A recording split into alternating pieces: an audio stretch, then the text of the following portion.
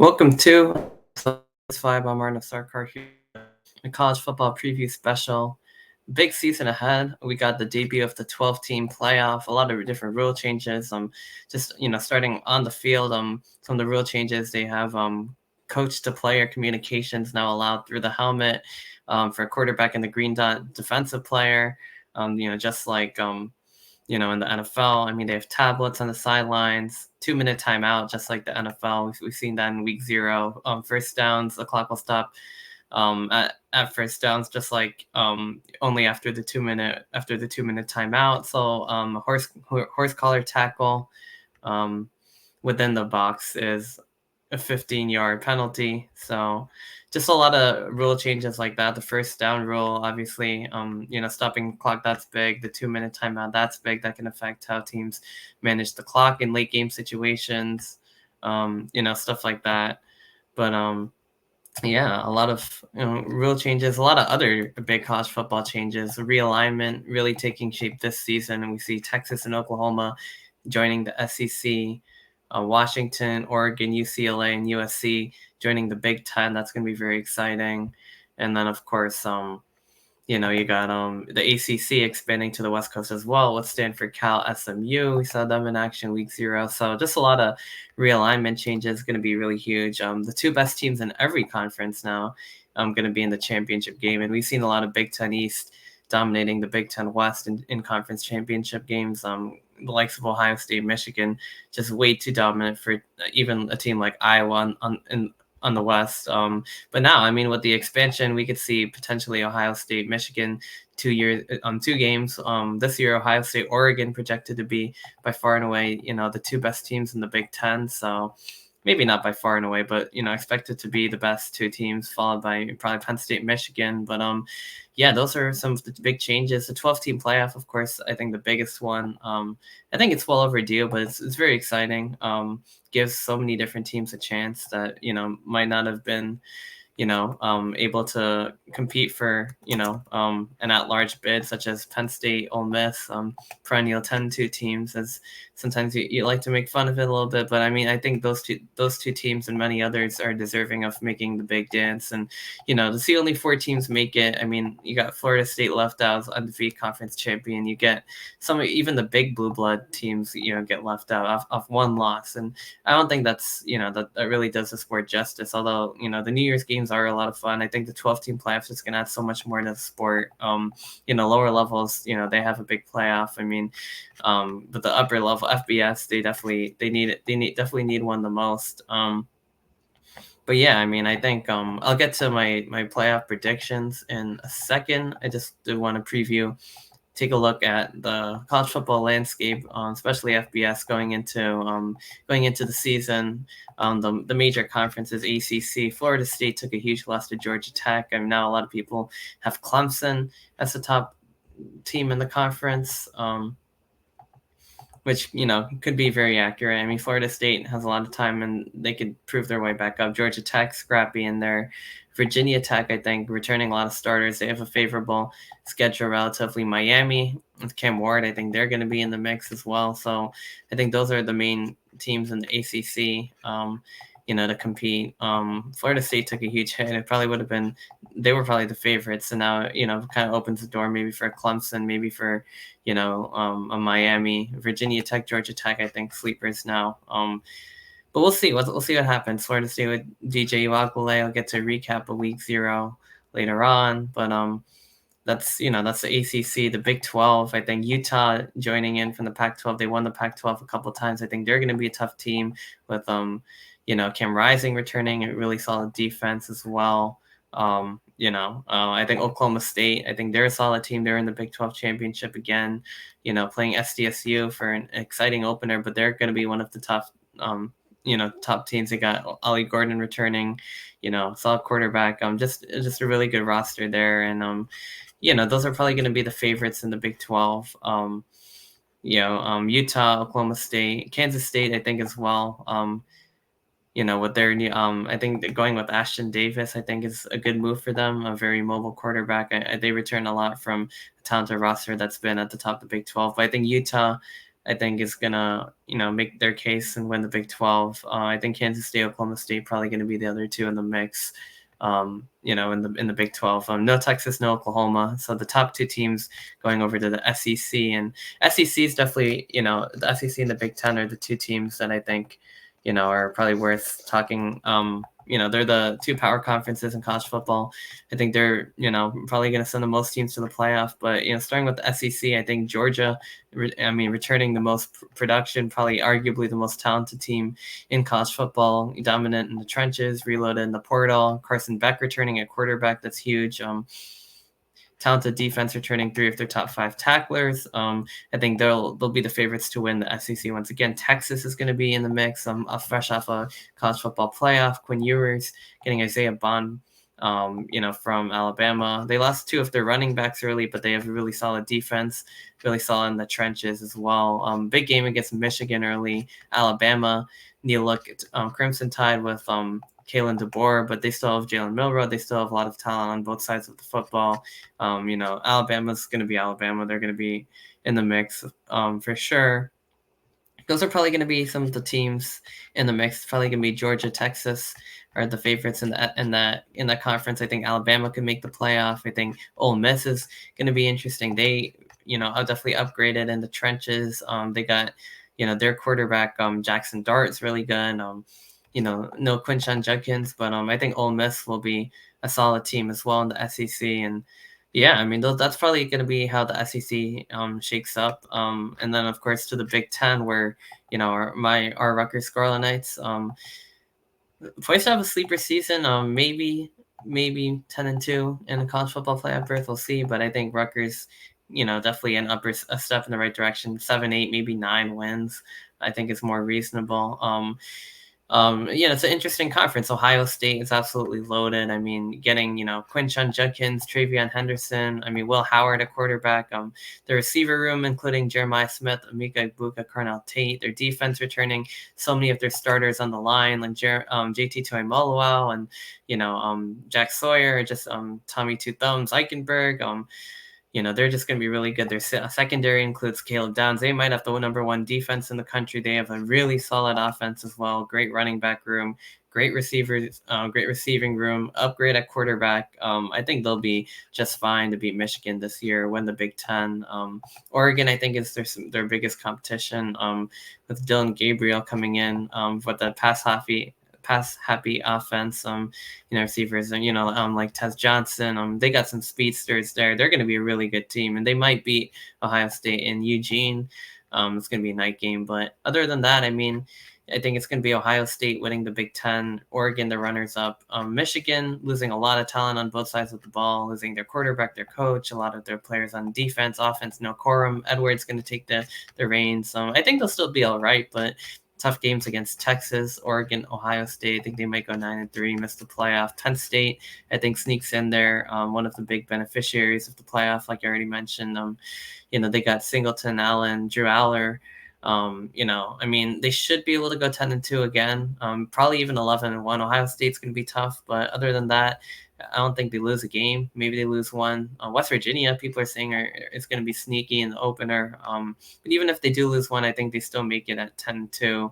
I think this is Penn State's year to finally make the playoff. We'll see what happens after that. But yeah, no Michigan this season. A really good chance to go 11-1. I think they'll probably still end up beating West Virginia. They'll beat USC on the road. Even if they lose when they go 10-2, I don't think they're going to lose any more than that. They're still a very good team. Solid defense, like always. But yeah, other than that, Iowa could be sneaky in the West. A really good defense, like usual. Nebraska, potentially Dylan Raiola, talented roster, easier schedule. Rutgers, Kyle Monangai, and it's going to be a big season. They got a solid defense returning just about everyone. Tyreen Powell, they unfortunately did lose Mo Toure, but secondary looks good. Special teams looks really good. Defense looks really good. Jay Patel lining up to kick those, field goals, extra points. They got a new punter, as well. So, I think Rutgers is going to be a sneaky team to win 7-8, maybe 9 games. The offense, Kyle Monangai returning a big upgrade at quarterback. Still not the most accurate, but certainly a big upgrade again over Gavin Wimsatt.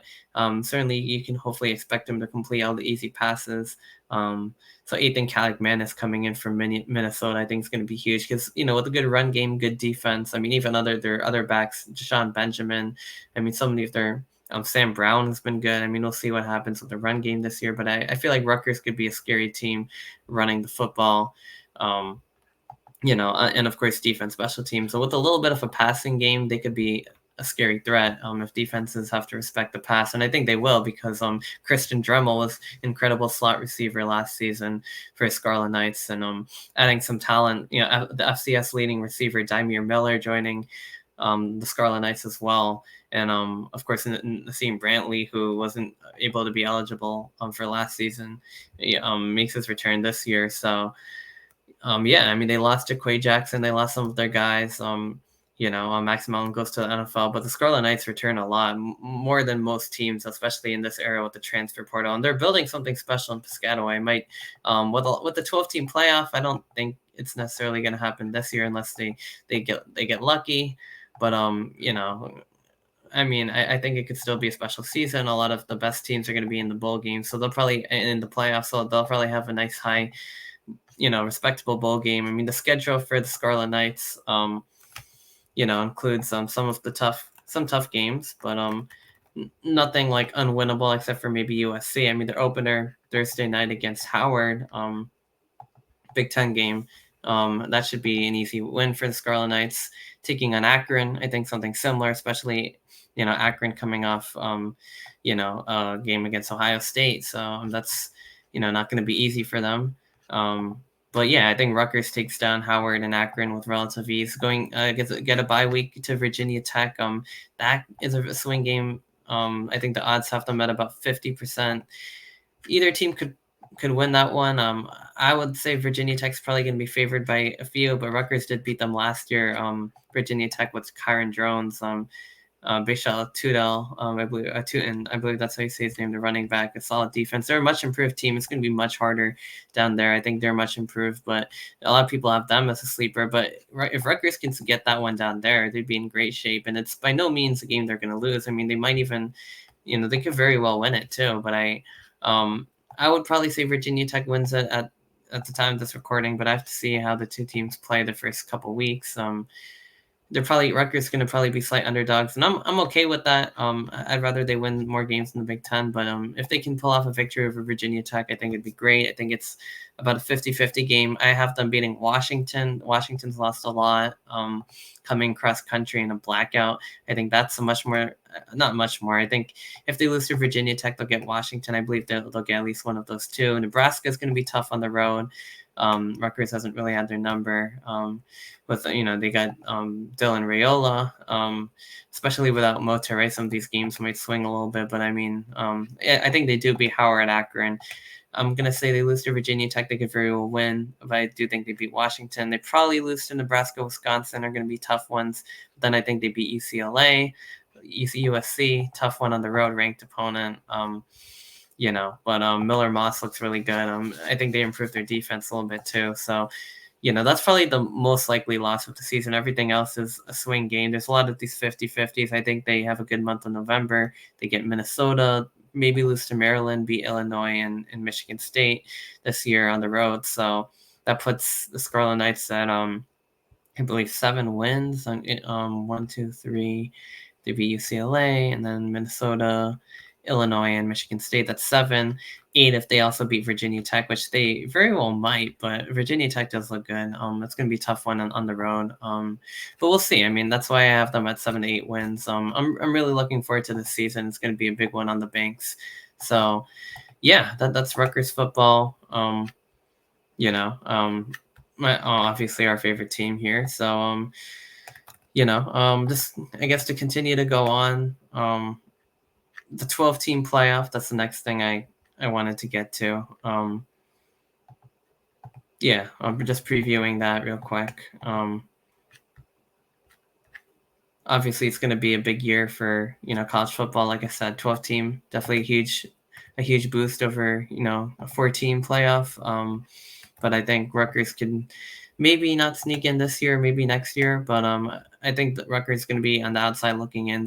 If they win enough games, they'll be in the conversation, but then they won't have enough big time wins with no Penn State, no Michigan, no Ohio State, no Oregon, and no Iowa.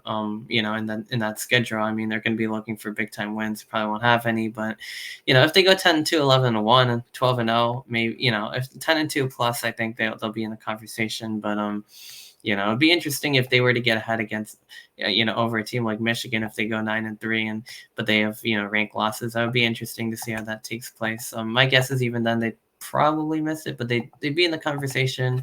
I think it's more likely they go 7-8, but it would be interesting to see what the committee does if they somehow, if they manage to go 10-2, 11-1. I think it'd be hard to keep them out, but they probably get a lower level seed, but the format, obviously, the top 4 teams in each conference, or the top team in each of the Power 4 conferences gets, or the highest ranked conference champions. The top 4 the highest ranked 4 conference champions, or the 4 highest ranked conference champions, which are probably going to be the Power 4 conference champions, are going to get an auto, a first round bye, and the 5th through 12th seeds are going to be the at-larges, except for the 12th seeds going to likely be the group of 5 champion, assuming they finish, probably they're going to finish outside the top 12. They might sneak in the top 25. They might be 19. They might be 23, but they'll probably be the 12th seed in the college football playoff. The top 4 highest ranked college football, the top 4 conference champions are going to be, get first round bye. So that's huge, a week of rest. So my projections have Ohio State as the 1 out of the Big Ten, Georgia, the Bulldogs, SEC champions at 2, Florida State this year, might have to revise this one, but ACC champions as of right now 3, and then Utah, Big 12 champions at 4. Even if Utah finishes like 12, they'll be slotted at 4. So that's just how that works out. Large bids. 5 through 12, the seeds 5 through 8 are going to host 9 through 12 in the first round. It'll be 5-12, 6-11, 7-10, 8-9. So my projections right now, I have Oregon as the Big Ten runners-up at 5, Texas, SEC's runners-up 6, Alabama at 7. Probably I have them going 10-2, losing to Georgia, and another game. They have some tough ones: Tennessee, Mizzou, LSU. I feel like they might lose one more, so especially new coach. Potentially 10-2 team still in the playoff. Notre Dame, very favorable schedule as an independent. They host Florida State as one of their toughest games. I think Notre Dame gets in the playoff. They've also been a team that's kind of been looking into the playoff from the outside, good but not good enough. So I think this year they'll be good enough for the 12 team. Ole Miss, I think it's going to be in there. I have Notre Dame 8, Ole Miss 9. This seeding is very flexible right now. It's week 0 of the season, but Ole Miss, I think, they're another team that's gone 10-2 a lot. They've been good but not good enough. But this year they've upgraded the trenches. They have a good quarterback. I think they have what it takes to challenge, a lot of the SEC. I think they'll make it as an at-large too, behind Alabama. Penn State, I have them at 10. I mean, if they don't get in the playoff this year, I really don't know what to say. I mean, this 12-team playoff is literally meant for them. They don't even, they outside of their game against Ohio State, I don't think they lose to anyone. Maybe one more, and even then they would get in with 10-2. And Miami is the final at-large team I have getting in. Obviously losing to Rutgers in the Pinstripe Bowl, a little down year, 7-6, 7-5 regular season. But Cam Ward coming in from Washington State. I mean, they have, improvements both sides of the line, good recruiting. They have not really that tough schedule. They have Florida State, Virginia Tech, Louisville in the ACC. I mean, they play, Florida USF, who's a sneaky group of 5 team. I mean, they challenge Alabama. But I think Miami's going to have what it takes to sneak into the playoff at that last spot. They might even win the ACC altogether, depending on how they look. Their opener against Florida, I think, will be a tone setter. And finally, at the group of 5 spot at 12, I have Boise State. I've seen Memphis. I've seen some other teams kind of in the mix there. But I think Boise is going to be, the team that ultimately, gets in out of the group of 5. They return, Ashton Jeanty, who looks like he could be a first round pick in the NFL draft.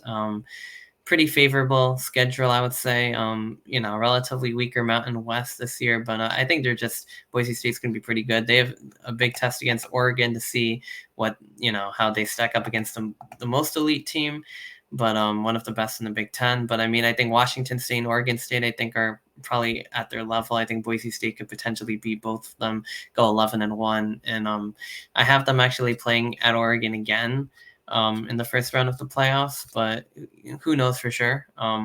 These are all projections, but I do have Boise as my group of 5 out of bid. So I mean, that's the 12-team playoff. Really exciting this year. I'm so glad to see it. I think we all are, but it's about time. It's about damn time, because the 4-team playoff, and it's just Florida State getting left out, and it's just only 4 teams making out of 133, and such a long season, and all the one loss just rules out team. Like, we've seen Ohio State miss it with 1 loss. We've seen so many teams deserving to get in, they don't make it. It's up to selection committee, and it was nice to see Michigan, Alabama. The semifinals have been really good. Michigan, TCU, Georgia, Ohio State. Michigan, Alabama, the Rose Bowl, all-time classic.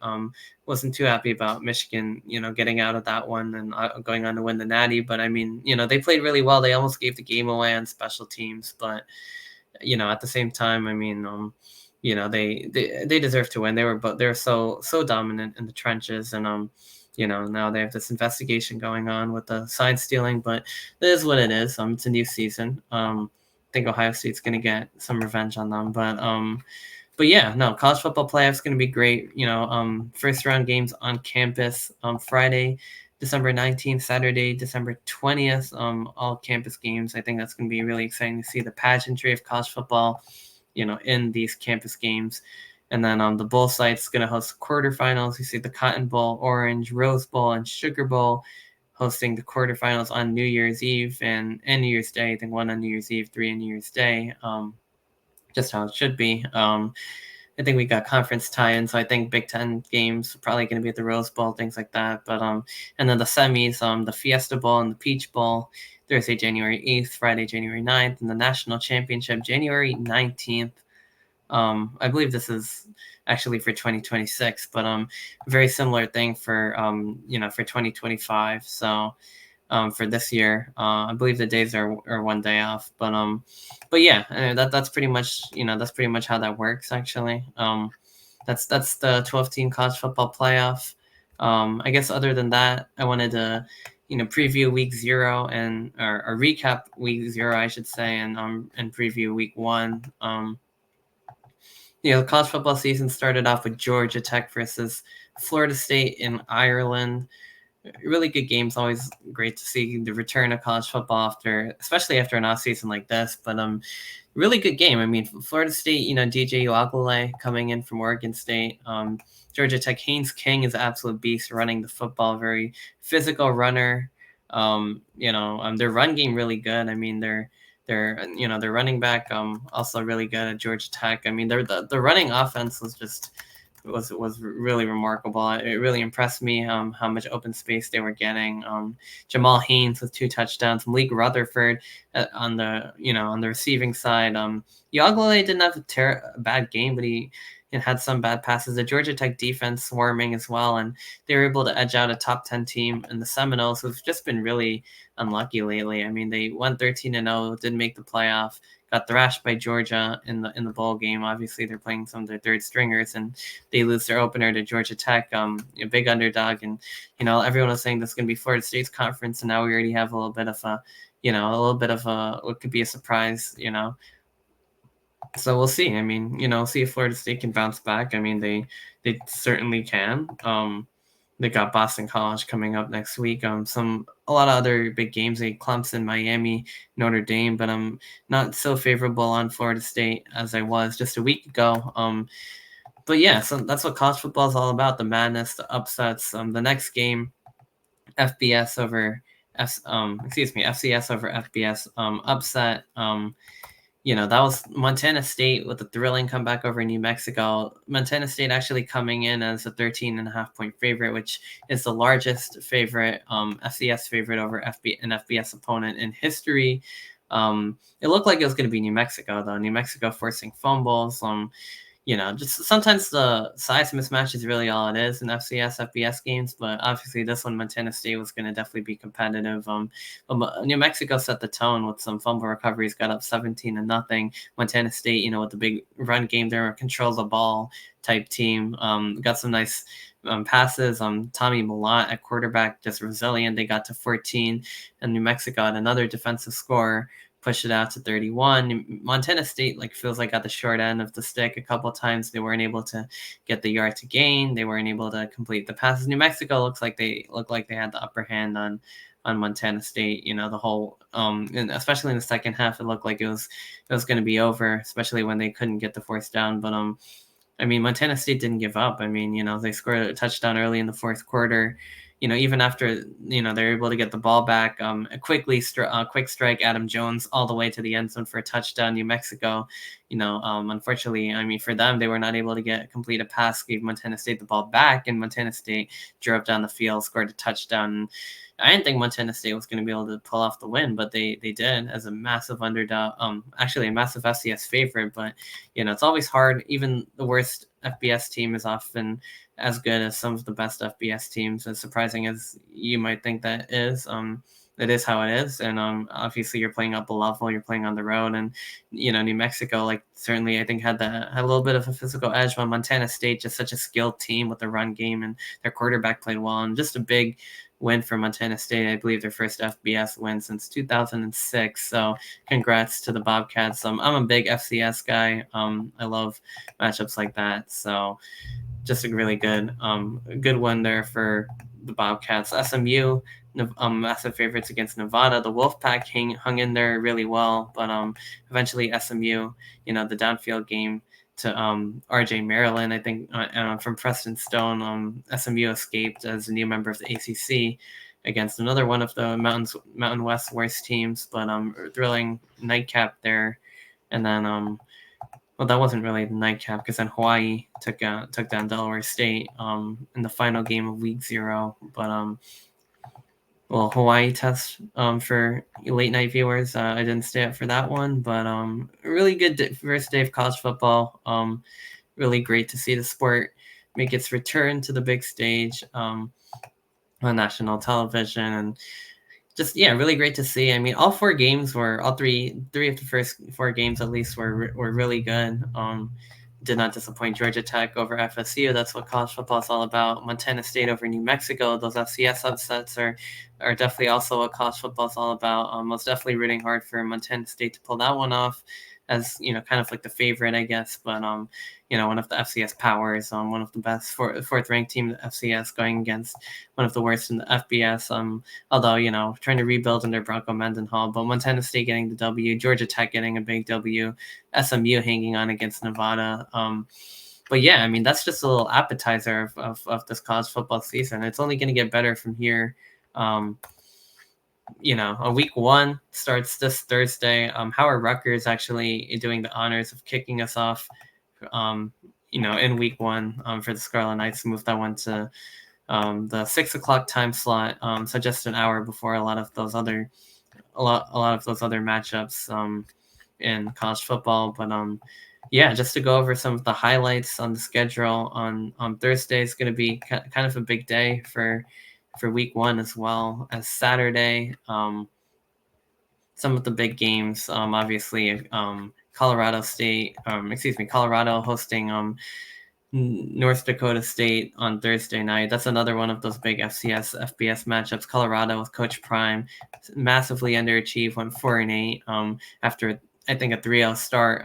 Kind of a little bit shaky, but won some big games. People thought they were big games until they started getting exposed in the Pac-12. But we'll see what they have for an encore under Deion Sanders, one of the media darlings from last year, going against North Dakota State, one of the best FCS teams, FCS powerhouse. They lost to Montana in the playoffs, but they, before SDSU won 2 championships, they were the team winning, almost every single FCS championship, one of the dynasties. Can they match up with a weak Colorado team? A lot of people think that they can, and they have a chance of pulling up off the upset. 10-point underdogs in Boulder. should be a really good one. If you're a fan of those FBS, FCS matchups, that's certainly a game to watch. UNC taking on Minnesota, a little ACC Big Ten action. UNC should be pretty good. Minnesota bringing in Max Brosmer from the FCS level too. Ethan Kalkmanis going to Rutgers, but UNC taking on the Golden Gophers. I think that should be a really good game. I think the line is North Carolina by 1.5 points. So that should be a really thrilling game as well. And then, of course, Howard taking on the Scarlet Knights, big debut for what should be an exciting season. Howard probably not going to provide that much of a competition for Rutgers. Decent FCS team when I believe they lost their bowl actually to Florida A&M, but still no match for the Scarlet Knights. It's going to be exciting to see Kalkmanis at offense, that defense again. Just should be a good win, good start to the season for the Scarlet Knights, and that's pretty much those are the main games on Thursday. A lot of FCS, FBS action if you're into that kind of thing. North Carolina State hosts Western Carolina, Missouri taking on Murray State, Kansas taking on Lindenwood, Utah taking on Southern Utah. So if you want to see any of those teams in action, some of these teams are sneaky playoff picks. In Missouri, Utah, I think both expected to be pretty good. Kansas, North Carolina State, both ranked as well. I'm excited about Missouri. I think they could be a sneaky playoff team as well. They might be either just on the outside looking in, or they might surprise and make the playoffs. They're kind of right on that border. I'd probably have them right now as like one of the first teams out, but I was really high on them last year. And then Temple taking on Oklahoma on Friday. That should be an interesting one. As Oklahoma's entrance to the SEC. Temple probably not going to be much of a match, as we've seen them take on Rutgers a couple times, but gave them a good scare. But Oklahoma is going to be quite a bit better than that, and Temple's probably going to struggle mightily there. 43-point spread, but the Saturday slate is going to be absolutely massive. Georgia hosting Clemson, one of the best in the ACC, taking on one of the best in the country in the SEC. Clemson, about 13.5-point underdogs. We'll see if they can hang with the dogs. Clemson-Georgia, always a good one. Both teams have won a couple of national championships as of late. We'll see if Clemson has what it takes. I mean, I hope they do. I really do. But Penn State-West Virginia, another team I hope that has what it takes is West Virginia, expected to be pretty good again with Garrett Green. A lot of people have them as the team that's going to potentially steal a game here. 8.5-point underdogs against Penn State, who is pretty much favorite against just about everybody but Ohio State and Michigan.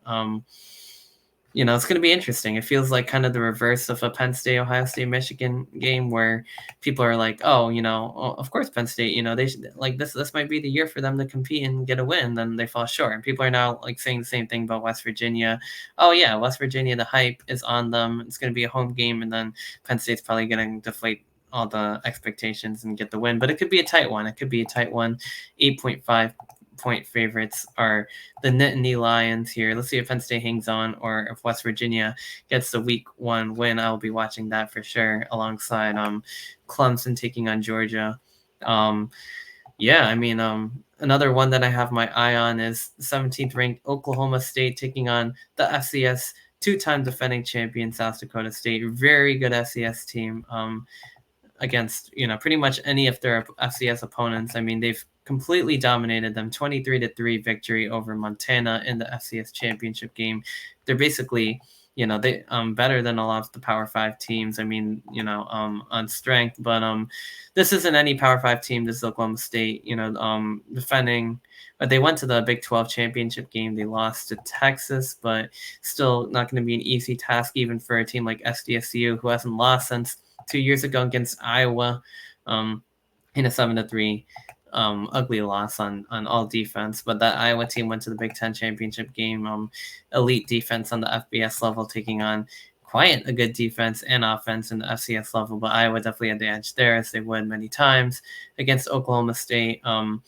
Returning Ollie Gordon, I believe their own quarterback. I mean, I think Oklahoma State's going to be a pretty good team this year. One of the contenders in the Big 12. I don't see South Dakota State beating them, but stranger things have happened. South Dakota State hasn't lost in a couple of years. I think they're gonna really take it to Oklahoma State, give them a big test, a run for their money, potentially even keep it close. But I don't know. I mean, they're 10-point underdogs in Stillwater. I mean, that's gonna be a really good game to watch. I'm excited. I'm excited to see if they could steal one, because it would be a huge FCS over FBS victory, and I love those. But I don't know if they have what it takes. Because like Oklahoma State's a pretty good team. They did lose to South Alabama pretty badly. I feel like it could be something like that might just happen, and Oklahoma State rebounds. But we'll have to see. I mean, it should be a good game. 10-point line FBS FCS game just shows how good South Dakota State is. I think they're expected to hang. But we'll see if they can, if they can do more than just hang and really give them a scare, even pull off the victory. I think something similar is going to happen with Colorado and North Dakota State. Colorado probably, North Dakota State might be more likely to get the victory over Colorado than SDSU taking on Oklahoma State. But with that being said, I'm very excited about both NDSU taking on Colorado, and of course South Dakota State taking on Oklahoma State. Some people might call that the sickos game of the week. I think that is just going to be one of the best games of the week. Keep an eye out. And then, back to the mainstream programming, away from ESPN Plus, where, that fantastic SDSU Oklahoma State matchup is going to take place back on ESPN or ABC. You got Miami taking on Florida. That one should be a good one. Florida has a really tough schedule going against some of the, some of the best in the SEC, like Georgia. I mean, they have a really tough non-conference schedule as well. I mean, it's gonna be a really tough schedule for Florida, but we'll have to see what happens. A lot of in-state rivalries. They take on UCF. Now in the Big 12, they take on Georgia, Texas. I mean, their end of the Florida's year is Murderers Row. Georgia, Texas, both road games. LSU, Mississippi, and at Florida State, all ranked 5 opponents in a row. So, I mean, they also got Tennessee, they got Miami, they got a good FCS team, Stanford, they got A&M. I mean, they have a very tough schedule, but against Miami, who's expected to be a contender against in the ACC, we'll have to see how that shakes out. I think Miami's going to pull off the win. Some of the other matchups, we got Texas taking on Colorado State. I think it's going to be a big season for Texas. Keep an eye out for the Week 2 matchup between Texas and Michigan. That game is going to be absolutely huge. A big noon kickoff on Week 2. It's going to be one of the biggest non-conference games and just games in general of college football season. We'll really get to see where Michigan stacks up this year. Week 1, the double Penn State-West Virginia, big noon kickoff, and Clemson-Georgia on ABC. Those are both going to be really good. But Texas-Michigan, I'm very, very excited for that one. But this week it is Texas taking on Colorado State. Ohio State, the New Look Buckeyes, after a $20 million offseason with Caleb Downs and so many of the acquisitions they got, Quinshon Judkins, Jeremiah Smith, Will Howard. I mean, a team that has probably more talent than you might have ever seen in college football. Just staying on, only Marvin Harrison really leaving from that team, and Michael Hall, and so many of the other teams are coming back for one last ride to try to knock off Michigan, knock off some of the better teams, in the postseason. But it's gonna be really exciting, especially Caleb Downs, Quinshon Judkins, Will Howard, Jeremiah Smith, Cardinal Tate, and Mecca Ibuka. I mean, the defense absolutely loaded as well. I mean, returning, Tyleik Williams, JT Tuimoloau, Jack Sawyer, Denzel Burke, Tommy Eichenberg, I believe. So, but yeah, I mean, it's just absolutely insane. But they make their season debut against Akron Zips. Starting Ben Finley at quarterback. Akron just not really a good team, but that one, Ohio State's coming out party on CBS 3:30. 50-point favorites against in-state rivals. It'll just be really cool to see how this Ohio State team looks. I mean, have they gotten that much better than last season? Because if they have, watch out. That's all I got to say about that one. About 50-point favorites there. Alabama taking on Western Kentucky in the night slot. Nilo Crimson Tide again under Kalen DeBoer. Let's see how they follow up after a heartbreaker against Michigan last season. Still expected to be in the playoff conversation. Western Kentucky lost a lot. Probably not expected to really compete anyway, but Ole Miss taking on Furman, some of these other games as well. Kansas State, UT Martin. Some of the best games of the nighttime slate. We got Notre Dame taking on Texas A&M. That one should be a pretty good one. I believe A&M is now favored by 3 points, which is about the amount that a home team is expected to be favored. So a very even matchup. Notre Dame with Riley Leonard. Texas A&M is going to be a tough place to play.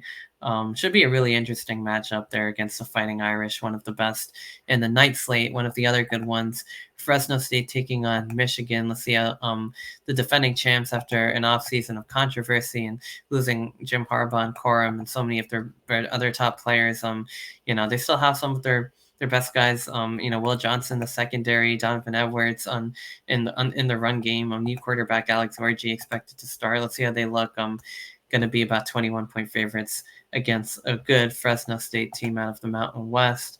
But yeah, it should be an interesting game there for the defending champs at home. A little bit of a tune-up. Not necessarily a cupcake game, but still one they should be heavily favored in before the big test against Texas, hosting UT week 2. That's going to be one of the games of the week. Big Ten noon kickoff. Big noon kickoff is going to be there. We'll see about game day, but that should be a really exciting one. And then that's pretty much just about that's about all of those. And then Oregon taking on Idaho. That's another really talented team looking to get off their season off to a strong start. Idaho, I think they beat Nevada last season in FBS upset, but Oregon, completely different team. Much better. And then another one to keep an eye out on Sunday. USC taking on LSU in Las Vegas, 2 ranked teams. USC, their first game in the Big Ten against another power in the Vegas Kickoff Classic. So yeah, USC, LSU should be interesting. New look teams on each side. No Caleb Williams, Miller Moss taking the reins in USC. LSU expected to be in the conversation for the playoffs as well. Another good SEC team. And finally, on Monday night, to wrap it all up, Boston College taking on Florida State. The Seminoles trying to bounce back now after a loss to Georgia Tech. We'll see if they could do that. Boston College coming in, scrappy team. I mean, they won the bowl game against SMU, who's now in their conference in the ACC. But Florida State's still the heavy favorites against the Boston College Eagles. Boston College almost gave them a big scare after losing some of those early games.